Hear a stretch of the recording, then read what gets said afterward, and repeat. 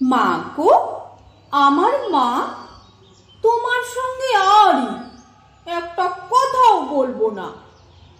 গেল বছর পুজোর সময় সেই যে আমায় ফেলে দিদির কাছে যাচ্ছি বলে কোথায় চলে গেলে। তখন থেকে তোমার জন্য বসে আছি মা। এবার পুজোয় আসবে তো ঠিক? সত্যি বলো না? বাবাটা মা এতই বোকা, কিচ্ছু জানে না। যতই বলি কাল আসবে মা, মোটেই মানে না। আমার জন্য ভেবো না মা, আমি ভালোই আছি। কদিন আগে বাবার সঙ্গে গিয়েছিলাম রাঁচি।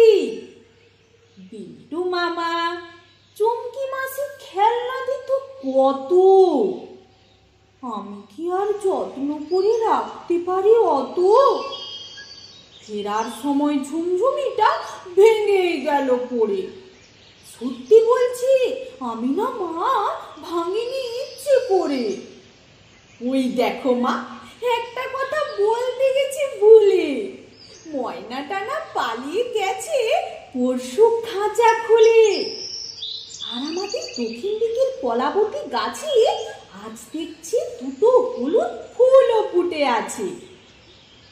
পরে আবার লিখবো মা, যাই অঙ্ক কষা বাকি। না হলে যে তুমি বলবে পড়াতে দিস ফাঁকি।